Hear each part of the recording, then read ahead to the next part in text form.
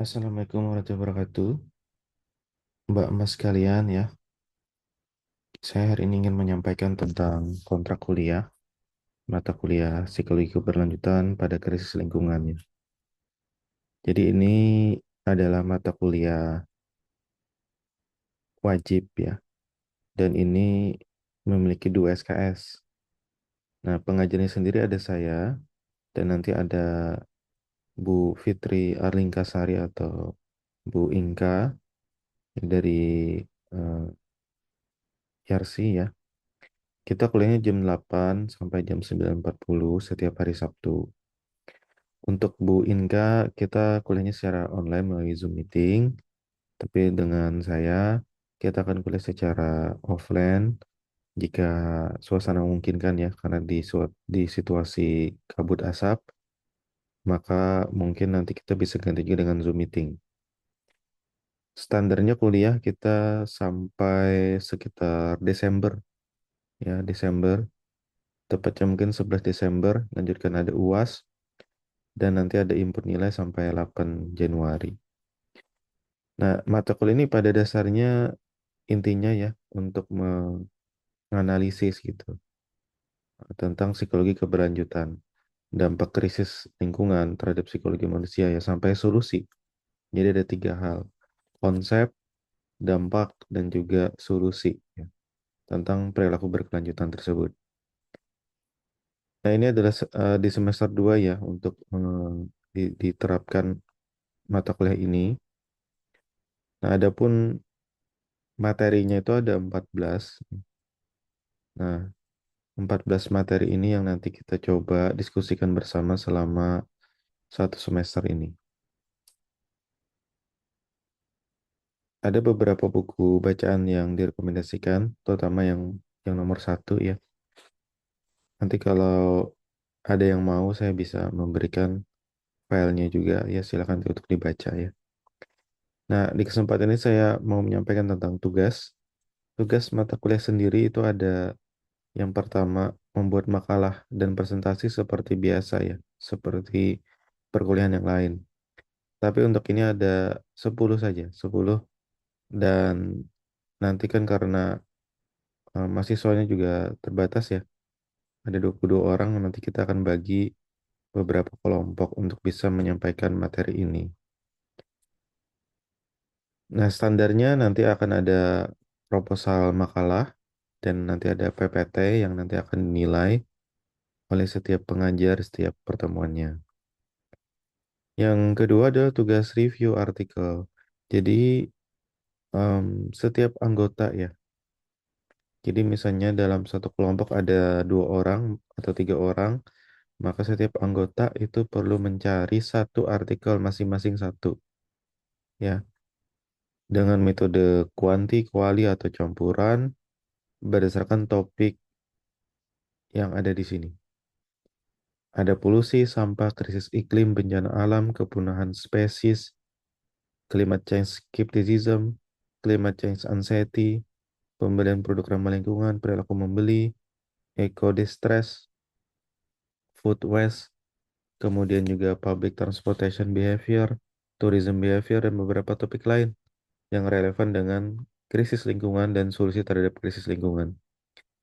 Adapun reviewnya nanti itu ditulis ya dalam Microsoft Word, minimal ini bagian inti ya, yakni latar belakang, metode penelitian, analisis krisis, ya kritis dari hasil temuan ya, dan relevansinya dengan riset di Indonesia, apa yang mungkin kesamaan perbedaannya, kemudian juga apa saran rekomendasi riset di masa depan. Tugas ini dikumpulkan pada pertemuan 4 ya. Nah, adapun nanti artikel jurnalnya itu dari Scopus Q1 sampai Q4 ya. Nah, nanti itu ada bukti bahwa eh, apa namanya, tingkat kualitasnya nanti dilaporkan juga di hasil review. Setelah itu, ini adalah tugas pengganti UTS, jadi tidak ada UTS ya. Nah, nanti mahasiswa akan dikelompokkan kira-kira 5 orang per anggota kelompok ya. Jadi tugas kelompok ini nantinya adalah untuk merancang riset berdasarkan artikel yang direview, dipilih salah satu atau beberapa yang relevan ya, dan dibuat rancangan riset. Nah, rekomendasi saya itu dilakukan riset secara kuantitatif saja, ngambil data secara online ya. Ini proposal 10 halaman, halaman inti ya. Jadi tidak termasuk cover, daftar isi, daftar pustaka, dan lampiran. Isinya adalah latar belakang, tujuan penelitian, state of the art dan kebaruan riset, literatur hubungan dinamika variabel, dan metode penelitian. Nah, minimal para mahasiswa dari satu kelompok nanti memilih dua variabel independen atau bebas, atau bisa salah satu moderator, salah satu mediator, dan satu variabel terikat. Ya. Dan usahakan rancangan risetnya adalah online atau daring. Jadi mengambil data secara survei atau wawancara. Nah, setelah mendapatkan masukan dan persetujuan, nanti mahasiswa mencoba mendaftar kaji etik dan melakukan pengambilan data. Seperti yang sudah saya diskusikan mungkin dengan angkatan ya, bahwa kebanyakan tesis kita itu tidak yang berkaitan dengan psikologi lingkungan, ya, terutama lingkungan basah ya. Jadi hanya satu yang berada di ranah lingkungan. Maka dengan itu kan nanti juga sulit untuk mendukung nilai akreditasi yang tinggi ya, terlibat dalam riset yang sesuai dengan bidang misi dari program studi. Jadi harapannya dengan adanya tugas ini, para mahasiswa bisa melakukan riset secara berkelompok ya, dan ini disebut sebagai mini riset ya. Nah, adapun nanti tugas ketiga pengganti UAS adalah menulis laporan hasil risetnya melalui format artikel ilmiah.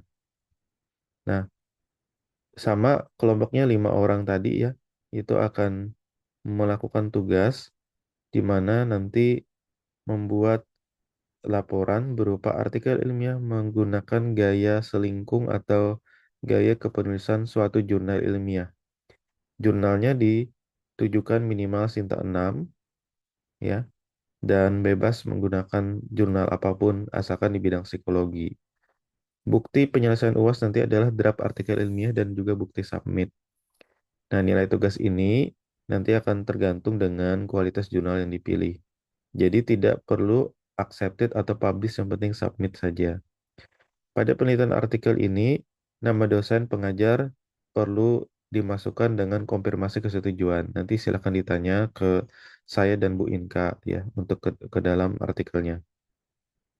Nah, selama artikel ditulis itu perlu ada proses pembimbingan ya. Nanti akan dibantu oleh dosen pengajar. Dan urutan penulis nanti akan diurutkan berdasarkan kontribusi setiap kepenulisan. Nah, itu tugas mini riset ini berkelompok ya. Nah, adapun nanti kriteria penilaian eh, tentu sama ya, 75% kehadiran. Kalau tidak hadir maka tidak bisa mengikuti ujian akhir ya, atau pengganti tugas ujian akhir. Nah, ini adalah bobot nilainya. Jadi yang paling tinggi itu memang di tugas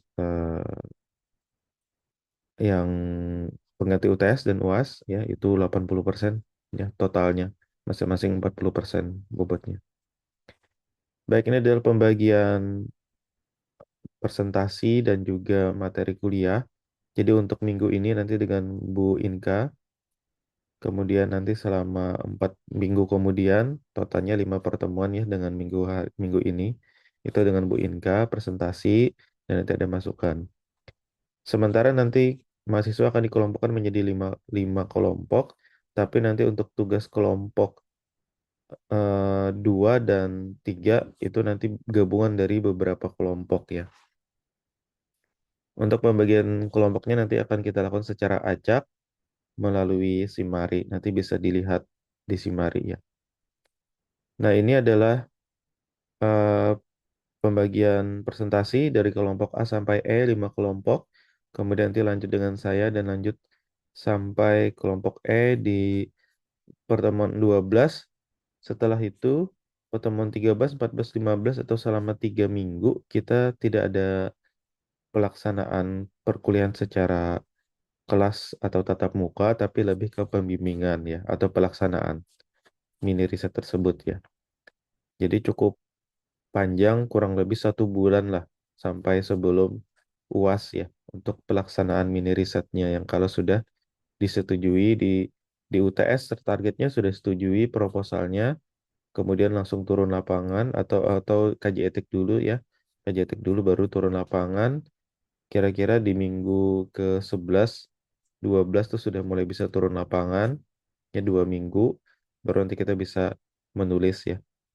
Nah, adapun kesepakatannya seperti biasa nanti tolong kalau kuliah online ataupun offline itu HP-nya jangan digunakan. Komunikasi juga di jam kerja ya. Tidak boleh makan selama kuliah tapi boleh minum. Toleransi keterlibatan 15 menit ya. Tidak diperkenakan masuk ke Zoom dan dianggap tidak hadir. Bagi mahasiswa yang terlewat, mengisi daftar hadir tuh bisa membuktikan dengan foto, screenshot ya, itu bisa dibuktikan. Tidak diperkenakan pulang lebih awal atau mendahului eh, pulang sebelum dosen menutup perkuliahan ya, karena ini ada temuan seperti itu. Nah, supaya juga mahasiswa lebih disiplin dan juga menghargai dosen mengajar di depan kelas ya. Kecuali ada kondisi yang sangat mendesak dan alasan yang dapat diterima ya. Ada penilaian keaktifan di kelas juga. Nah, itu untuk informasi mengenai kontrak kuliah. Nanti untuk pembagian kelompok dapat dilihat di Simari. Terima kasih. Wassalamualaikum warahmatullahi wabarakatuh.